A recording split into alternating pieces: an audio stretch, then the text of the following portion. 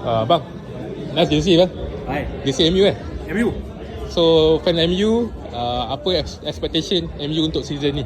Macam saya buat dalam video tempoh hari, biar kita duduk tengah-tengah, jangan duduk atas, gayahan. Jadi, tapi lepas Carrick ambil ni, lepas menang dengan City, saya rasa banyak benda nak buat perubahan. Contohnya dari segi attacking wise, dia dah tak ada slow game. Yang tu saya suka. Abang masa sebut Carrick tu, saya nak tanya sikit lah. Abang fans 3-4-3 ke 4-3-3? Saya lebih suka 3-4-3. Oh ya? Yeah? Sebab saya rasa Bruno tak fit dengan 3-4-3, betul? Tapi peranan dia selalunya akan bermula daripada bawah, daripada bahagian bawah. Contohnya kalau dia terlibat di bahagian tengah, selalunya dia macam tu. Dan saya yang tak suka sikit bab Bruno ni adalah ada 3 kali dia suka delay game.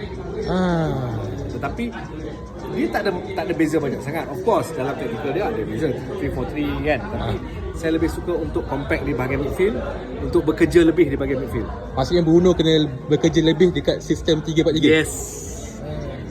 Tapi saya lebih pada 4-3-3. Sebab boleh selit Kobe Mainoo. Pun boleh, tapi saya rasa orang yang boleh pegang bola lama sikit. Okay. Maybe your favourite player adalah Bruno, bukan? Saya kalau tanya tim sekarang ni, saya bukan Bruno lah. Saya sampai bila pun saya akan tetap meletakkan hanya seorang saja pemain idola saya di Manchester United. Siapa bang? Awak rasa? Oh, saya sebenarnya susah nak teka. Maybe Roy Keane. Eric Cantona. Oh, dia legend lah. Saya pun tak lahir lagi. Tapi selepas Eric Cantona, pemain yang mempunyai holding, dari segi holding bola boleh score. Pogba. Tapi Roy Keane ni best tu saya suka sebab apa?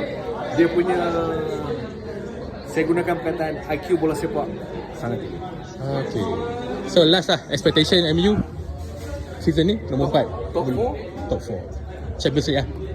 So cakap duduk tengah-tengah tak apa, jangan duduk atas, gaya. Aduh. Okay, masa lah. Alright, all the best.